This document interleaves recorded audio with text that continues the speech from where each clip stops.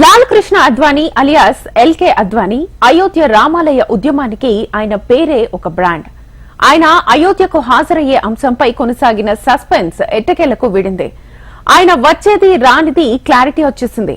ఆయన వయసు రీత్యా ఆరోగ్యరీత్యా రాకుండా ఉంటేనే మేలని తీర్థక్షేత్ర ట్రస్ట్ కోరినా ఆయన మనసులో రామ్ లల్లాను దర్శించుకోవాలనే కోరిక ప్రగాఢంగా ఉంది. మరి ఇంతకీ అద్వానీ రావాలని డిసైడ్ అయ్యారా? తీర్థక్షేత్ర ట్రస్ట్ కోరినట్లుగా ఇంట్లోనే ఉండిపోతున్నారా? అయోధ్యకు అద్వానీ రాక ఖాయమైనట్టేనా? 96వ ఏట అద్వానీ వెళ్లటం సముచితమేనా? తీర్థక్షేత్ర ట్రస్ట్ సూచనను అద్వానీ తిరస్కరించారా? లాల్ కృష్ణ అద్వానీ రాజకీయాల్లో పరిచయం అక్కర్లేని పేరు, కానీ ఈ తరానికి ఆయన గురించి చెప్తే తప్ప తెలియని పేరు. ఐరన్ మ్యాన్ ఆఫ్ ఇండియాగా సర్దార్ పటేల్ ను గురించి చెప్తారు. ఆయన తర్వాత మళ్లీ అలాంటి పేరే అద్వానీ కూడా సంపాదించుకున్నారు. అందుకు కారణం పట్టుపడితే విడిచే రకం కాదంటారు అద్వానీ గురించి తెలిసినవారు. ఆ పట్టుదలే అద్వానీని సోమనాథ్ నుంచి అయోధ్య దాకా రథయాత్రకు పురిగొల్పింది. రథయాత్రలో ఎదురైన అడ్డంకులను అధిగమించేలా చేసింది. అయోధ్యలో వివాదాస్పద కట్టడంగా ఉన్న బాబ్రీ మసీదు చాప్టర్ ని క్లోజ్ అయ్యేలా చేసింది. అలాంటి అద్వానీ 96 ఏళ్ల లేటు వయసులోనూ తనలోని పట్టుదల ఇంకా సడలలేదని, ఏ రామ్లల్లా కోసం తాను ఉద్యమానికి నేతృత్వం వహించారో ఆ రామ్లల్లాను దర్శించుకుని తరించిపోవాలని నీళ్లు నిండిన కళ్లతో ఎదురుచూస్తున్నారు. 22వ తేదీన రామ్లల్లాను దర్శించుకోవటానికి డిసైడ్ అయిపోయారు. 1990లో గుజరాత్లోని సోమనాథ్ నుంచి అయోధ్యకు మొదలుపెట్టిన ఆయన రథయాత్ర వల్లే 1992లో వివాదాస్పద కట్టడం నేలమట్టమైంది. అంతటి బ్యాక్గ్రౌండ్ కలిగిన అద్వానీ అయోధ్య రామయ్యను దర్శించుకోవాలని డిసైడ్ అయిపోయారు. ఇటీవల అయోధ్య విగ్రహ ప్రతిష్టాపనకు రావాలని ప్రధాని మోడీతో పాటు ఇంకా ఇతర రాజకీయ పార్టీల ప్రముఖులను తీర్థక్షేత్ర ట్రస్ట్ ఆహ్వానించింది. అదే వరుసలో బీజేపీ సీనియర్ నేత అద్వానీని కూడా చంపత్ రాయ్ అండ్ టీం కలిసింది. అయితే చంపత్ రాయ్ అద్వానీకి ఆహ్వానం అందజేసి ఆయన వయసు రీత్యా ఆరోగ్యరీత్యా రాకుండా ఉంటే బాగుంటుందని కోరారు. ఆయన ముందు అద్వానీ సరేలే అలాగే కాని అనే రిప్లై కూడా ఇచ్చారట. కానీ విశ్వ హిందూ పరిషత్ వర్కింగ్ ప్రెసిడెంట్ అలోక్ కుమార్ తాజాగా దాన్ని కన్ఫర్మ్ చేశారు. అద్వానీ రామ్లల్లాను దర్శించుకోవటానికి నిర్ణయించుకున్నారని, ఆయన వస్తే ఆయనకు ఎలాంటి ఏర్పాట్లైనా చేసేందుకు తాము చర్యలు తీసుకుంటామని క్లారిటీ ఇచ్చారు. దీంతో అద్వానీ రాకపై సందిగ్ధత తొలగినట్టయింది. బీజేపీ వ్యవస్థాపక సభ్యుల్లో ఒకరిగా ఉన్న అద్వానీ చాలా కాలంగా ఒంటరిగా గడుపుతున్నారు. ప్రజలకు కనిపించటం లేదు. చాలా క్లోజ్ గా ఉండేవారికి తప్ప అపాయింట్మెంట్ ఇవ్వటం లేదు. అందుకు కారణం తాను కీలకమైన రాజకీయ బాధ్యతల్లో లేకపోవడంతో పాటు 96 ఏళ్ల వయసులో ఉండే ఆరోగ్య సమస్యలు. దీంతో ఆయన పూర్తిగా విశ్రాంత జీవితమే గడుపుతున్నారు. అయితే విగ్రహ ప్రతిష్టకు ముహూర్తం సమీపిస్తున్నందున రామాలయ ఉద్యమంలో ప్రాణాలు కోల్పోయిన వారి కుటుంబాలకే ఆహ్వానాలు పంపిస్తున్న వీహెచ్పీ అద్వానీ లాంటి ముఖ్య నేతను ఎలా విస్మరిస్తుంది? అలా అద్వానీకి కూడా తీర్థక్షేత్ర ట్రస్ట్ ద్వారా ఆహ్వానం వెళ్లింది. తీర్థక్షేత్ర trust general secretary Champat Rai స్వయంగా వెళ్లి అద్వానీకి ఆహ్వానం అందించారు. కానీ రాకూడదని రిక్వెస్ట్ చేశారు. అదే విషయాన్ని ఆయన మీడియాకు కూడా వెల్లడించారు. ఇదే అంశం వివాదానికి దారితీసింది. అద్వానీ అభిమానులు చిన్నబుచ్చుకున్నారు. ఆనాటి ఉద్యమంలో పాల్గొన్న వారంతా ఇప్పుడు వేర్వేరు పొజిషన్లో సెటిల్ అయిపోయి ఉన్నారు. వారంతా అద్వానీ వస్తే చూడాలని అందరూ కోరుకుంటున్నారు. రాముడి కోసం ఎంతో చొరవ తీసుకుని కేసులెదుర్కొని వ్యయ ప్రయాసలు వయస్సును వెచ్చించిన అద్వానీ తీరా రాముడు కొలువవుతుంటే దర్శించుకోకపోవడం బాధాకరమేననే ఫీలింగ్ సర్వత్రా వ్యక్తమైంది. అలాంటి ఫీలింగే అద్వానీలోనూ ఉండటం వల్ల ఎలాగైనా సరే రామ్లల్లాను దర్శించుకునేందుకే నిర్ణయించుకోవడంతో ఆయన అభిమానుల్లో ఆనందం వ్యక్తమవుతోంది. ప్రధాని కావాలనుకుని ఉప ప్రధాని అయిన అద్వానీ పార్టీ నిర్ణయాన్ని శిరసా వహించి తన శిష్యుడైన నరేంద్ర మోడీ ప్రధాని కావడానికే సహకరించారు. ఆయన సోమనాథ్లో రథయాత్ర షురూ చేసినప్పుడు అద్వానీ వెంట ఉండి అన్ని ఏర్పాట్లు చేసింది నరేంద్ర మోడీనే. కానీ ఇప్పుడు మోడీ ప్రధానిగా ఉన్నారు. అద్వానీ రామ్లల్లా ప్రతిష్టకు, ఆలయ నిర్మాణానికి మెట్లు నిర్మించారు. అదే విషయాన్ని భావుకంగా పేర్కొంటున్నారు అద్వానీ. రాముడు తన గుడిని మోడీ చేత నిర్మించుకోవాలని నిర్ణయించుకున్నాడు. అందుకే మోడీ ఆ పనిని చేయగలిగాడు. భారత ప్రజలందరి తరపున రామయ్య ప్రతినిధి అతనే. రామయ్య సంకల్పం అలాంటిది. ఎవరైనా ఆయన ఆజ్ఞను శిరసావహించాల్సిందే.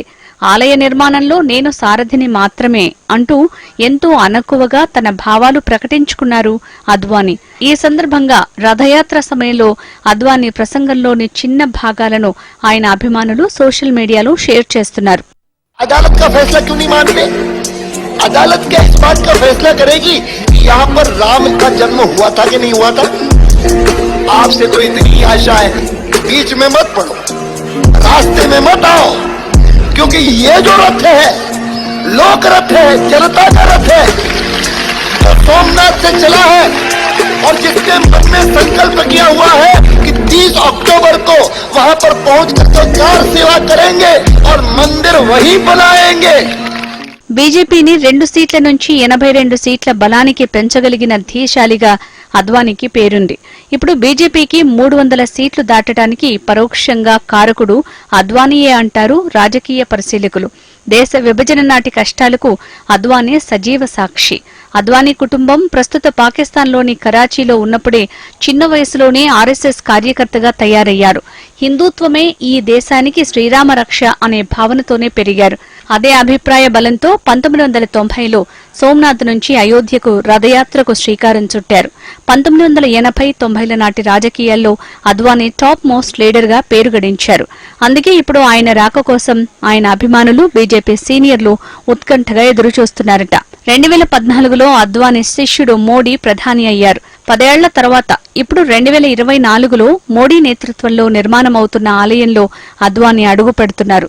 మరి మోడీ, అద్వానీ ఒకే ఫ్రేమ్ లో కనిపిస్తారా? కనిపిస్తే అది చారిత్రక దృశ్యమే అవుతుందంటున్నారు మోడీ, అద్వానీ ఫ్యాన్స్. రాముడి విగ్రహ ప్రతిష్టాపనకు ముహూర్తం దగ్గర పడుతుంటే రాముడి విశేషాలు చాలా బయటపడుతున్నాయి. రావణుడు పుట్టింది లంక అనే విషయం అందరికీ తెలుసు. కానీ రావణుడు తమ గ్రామం వాడేనని యూపీలోని ఓ ఊరి ప్రజలు అంటున్నారు. తమ ఊళ్ళోనే రావణుడు పుట్టాడంటున్నారు. రావణుడి మీద భక్తి ప్రపత్తులు కూడా చాటుకుంటున్నారు. అంతేకాదు, అటు గుజరాత్ లోని ఓ స్కూల్లో పిల్లలంతా రోల్ కాల్ సమయంలో ప్రజెంట్ సార్ అనడం లేదు, జై శ్రీరామ్ అంటున్నారు. ఆ విశేషాలేంటో ఇప్పుడు చూసేద్దాం. అయోధ్యలో ఒక చారిత్రక సన్నివేశం జరుగుతోంది. 22న బాలరాముడి విగ్రహాన్ని ప్రతిష్ఠించబోతున్నారు. ఇలాంటి సందర్భాల్లో రామాయణంతో, రాముడితో సంబంధం ఉన్న అనేక గాథలు ప్రాచుర్యంలోకి వస్తున్నాయి. భారతదేశంలోనే కాదు, ప్రపంచంలోనూ రాముడు ఎంత పాపులరో అందరికీ తెలిసిందే. నిజానికి రాముడికి అంత పాపులారిటీ ఎలా వచ్చింది? రావణుడు అనే క్యారెక్టరే లేకపోతే రాముడి శక్తి సామర్థ్యాలు తెలిసేవా? హీరో ఎలివేట్ కావాలంటే బలమైన విలన్ ఉన్నప్పుడే సాధ్యమవుతుంది కదా. ఇదే సూత్రం రామాయణానికి, రాముడికి వర్తిస్తుందన్నమాట. ఆ విధంగా రావణుడికి సంబంధించిన ఓ ముఖ్యమైన అంశం కొంతకాలంగా వైరల్ అవుతోంది. రావణుడు లంకలో పుట్టాడని అందరికీ తెలిసిందే. అయితే రావణుడు లంకకు చెందినవాడు కాదని, తమ గ్రామానికి చెందిన గొప్ప క్యారెక్టర్ అంటున్నారు యూపీలోని బిస్రక్ అనే గ్రామస్తులు. బిస్రక్ విలేజ్ యూపీలోని గౌతమ్ బుద్ధ నగర్లో నోయిడాకు దగ్గరలో ఉంటుంది. ఆ ఊరి ప్రజల విశ్వాసం ప్రకారం రావణుడు బిస్రక్ గ్రామానికి చెందినవాడేనట. ఇక్కడ ఎవరిని అడిగినా ఇదే విషయాన్ని చెప్తారు. రావణుడి లాంటి మేధావి, బలశాలి, పరాక్రమవంతుడు, ధర్మపరుడు తమ ఊళ్ళో పుట్టడం తమకు గర్వకారణమంటారు. ఆ ఊళ్ళో ఎవరైనా రావణుడి గురించి చెడుగా మాట్లాడితే వారికి ఆ రోజు మూడినట్లే లెక్క. రావణుడంటే వారికి అంత సెంటిమెంట్. మరి దసరా వచ్చిందంటే దేశమంతా రావణుడి కటౌట్లను కాల్చటం, బాంబులతో పేల్చటం వంటివి చేస్తారు. కానీ ఇక్కడ మాత్రం రావణ దహనం అనే చర్య ఏనాడూ కనిపించలేదు. ఒకవేళ ఎవరైనా రావణ విగ్రహాన్ని కాలుస్తామంటే వీరి కోపం నశాలానికి ఎక్కుతుంది.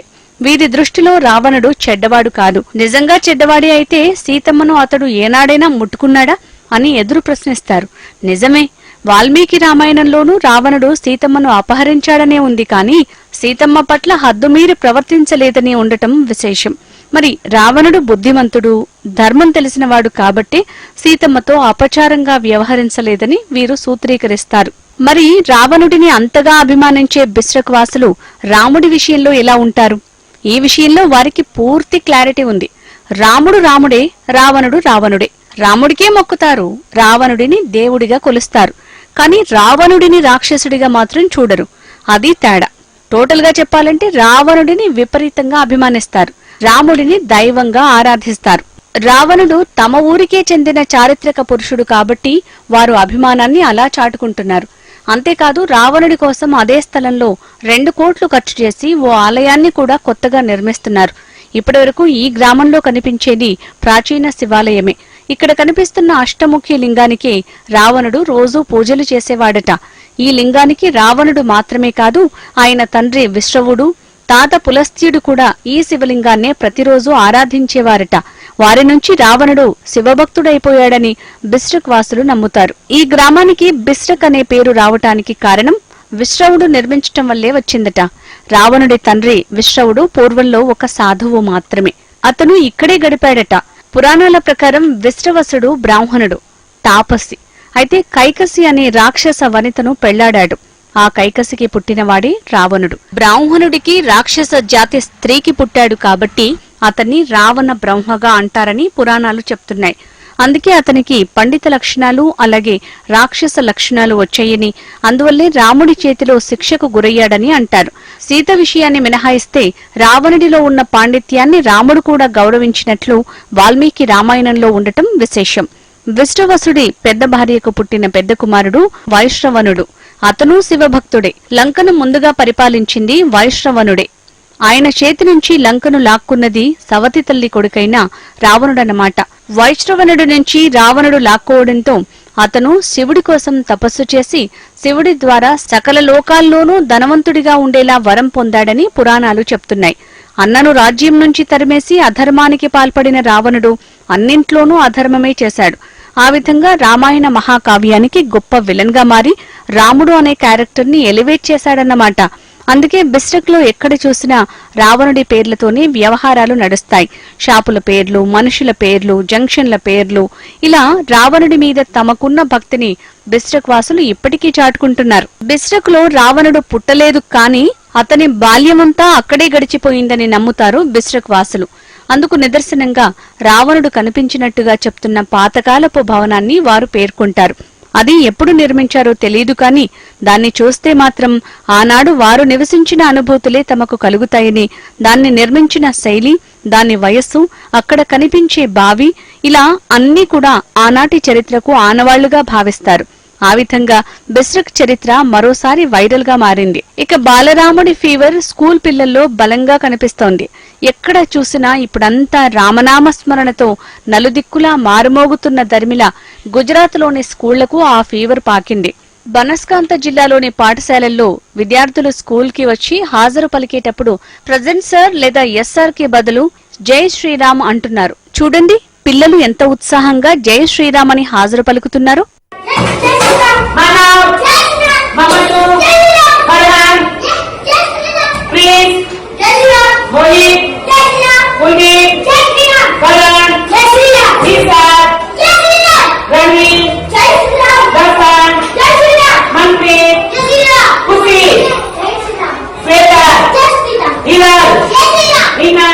అలా ఒక్క స్కూలే కాదు, జిల్లాలోని పలు ఇతర స్కూళ్లలోనూ జై శ్రీరామ్ అనే రెస్పాన్స్ పాకిపోయింది.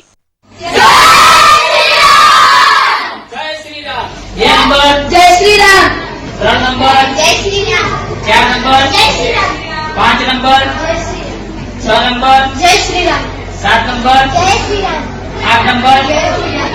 9 नंबर जय श्री राम।